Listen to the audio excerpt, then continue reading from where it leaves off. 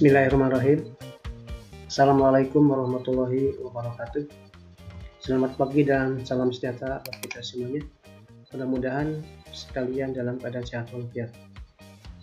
Alhamdulillah pada hari ini, yaitu merupakan hari yang kedua kegiatan MPLS tahun pelajaran 2020-2021. Materi hari ini yaitu tentang tata krama siswa. Tapi sebelumnya Bapak akan memperkenalkan diri dulu. Nama Bapak adalah Abi Permana, mengajar mata pelajaran Bahasa Indonesia.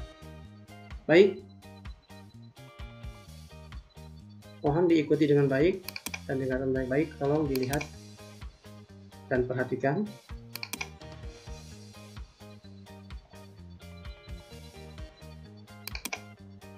Tadi temanya adalah tentang tata krama siswa. Mungkin kalian sudah mengetahuinya tentang istilah tata krama. Tata krama di sini memiliki dua kata, tata dan krama. Tata berarti aturan, adat, norma, peraturan. Sedangkan krama berarti sopan santun, perilaku, bahasa, kelakuan, dan tindakan yang santun. Nah, kemudian dari manakah sumber-sumber tata krama itu? Sumber tata krama yang pertama adalah agama. Kemudian yang kedua adalah istiadat, dan yang ketiga adalah aturan-aturan pergaulan secara luas dan budaya nasional. Lalu bagaimana akibat tidak mempunyai tata krama? Berarti tidak memiliki rasa percaya diri ketika menghadapi masyarakat dari tingkat manapun. Kemudian tingkah laku dan ucapannya tidak mempertimbangkan serta mencerminkan perhatian kepada orang lain. Tidak berlaku sopan, ramah, dan selalu menunjukkan sikap yang tidak mempertimbangkan serta mencerminkan diri sendiri. Kemudian, tidak bisa menguasai diri sendiri dan selalu berusaha menyinggung, mengganggu, menyakiti perasaan orang lain, selalu mengecewakan, membuat gusar, dan membuat orang lain marah. Nah, kemudian, perhatikan apakah sanksi moral untuk pelanggaran tata krama. 1. Mendapat cercaan dan cemoohan kepada dirinya, kelompoknya, instansinya, atau bahkan kepada orang tuanya. Kemudian, bagaimanakah cara mengenal ciri-ciri individu yang memiliki tata krama yang baik? Tentu, memiliki rasa percaya diri, tingkah laku dan ucapannya selalu mempertimbangkan serta mencerminkan perhatian kepada orang lain, sopan, ramah.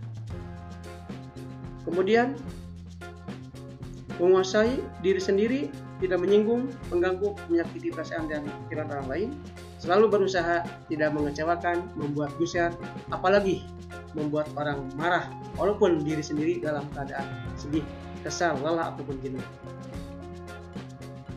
Manfaat bertata krama membuat kita bisa mengambil keputusan dengan baik atau dengan bijak, memberi pengenalan bagaimana menjalani hidup melalui rangkaian tindak sehari-hari, membuat kita menjadi disegani dan dihormati. Kemudian, memudahkan hubungan baik dengan orang lain, memberi keyakinan pada diri sendiri. Berikutnya, tingkah laku menjadi terkontrol, bisa menjadi contoh tauladan. Nah, kemudian tata krama itu ada beberapa hal. Yang pertama adalah tata krama di lingkungan keluarga. Artinya, dalam lingkungan keluarga ini berarti jika kita sedang berjalan, jangan mendahului orang yang lebih tua, kemudian bersikap ramah dan ceria, memenuhi panggilan mereka dengan senang hati, berbicara dengan lemah lembut,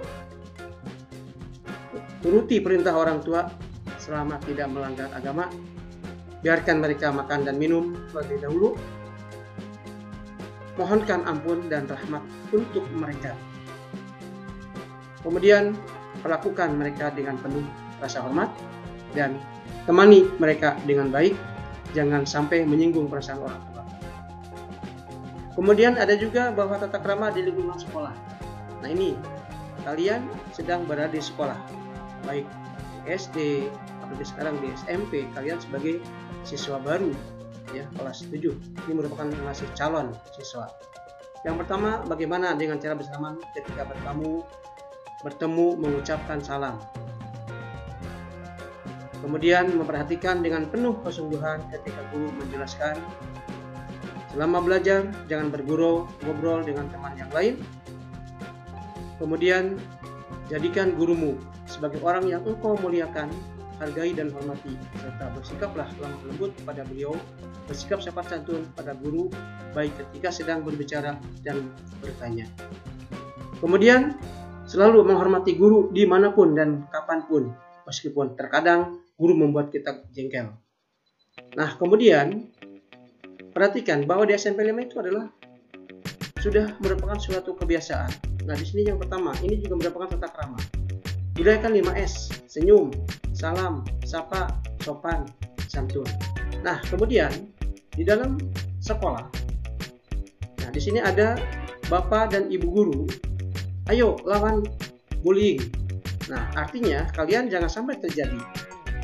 Sedangkan pada saat ini adalah sedang merebaknya ada istilah-istilah siswa yang mengalami tentang bullying ini.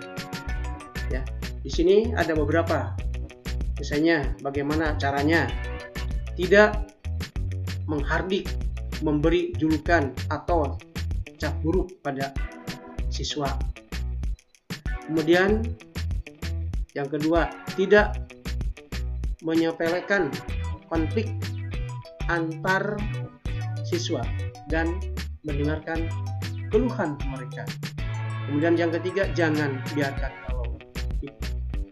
biarkan kelas dikuasai oleh sebagian orang yang dominan dan kuat.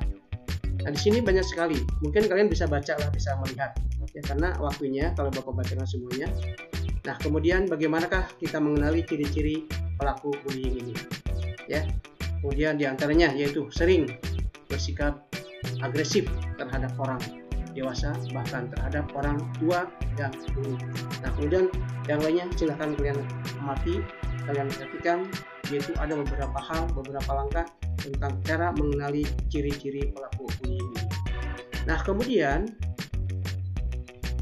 di lingkungan masyarakat, saling tolong-menolong, menghormati, persaudaraan, pemurah, penyantun, menepati janji, berkata sopan dan berlaku adil, menerima sesuatu selalu dengan tangan kanan, tidak berkata kotor, kasar dan sombong, tidak meludah dan membuang sampah di sembarang tempat. Nah, kemudian ada juga tata krama masa pandemi COVID-19. Tentu kalian sudah sering mendengar baik televisi, di berita televisi ataukah di media sosial, sudah banyak sekali pemerintah menggembar-gemborkan bagaimana tentang menghadapi pandemi COVID-19 ini. Nah, yang pertama, jaga diri dan keluarga Anda dari virus corona dengan germas. Artinya, gerakan masyarakat hidup sehat. Dari situ, lihat langkah-langkahnya, itu terperinci, banyak, mudah-mudahan kalian bisa paham.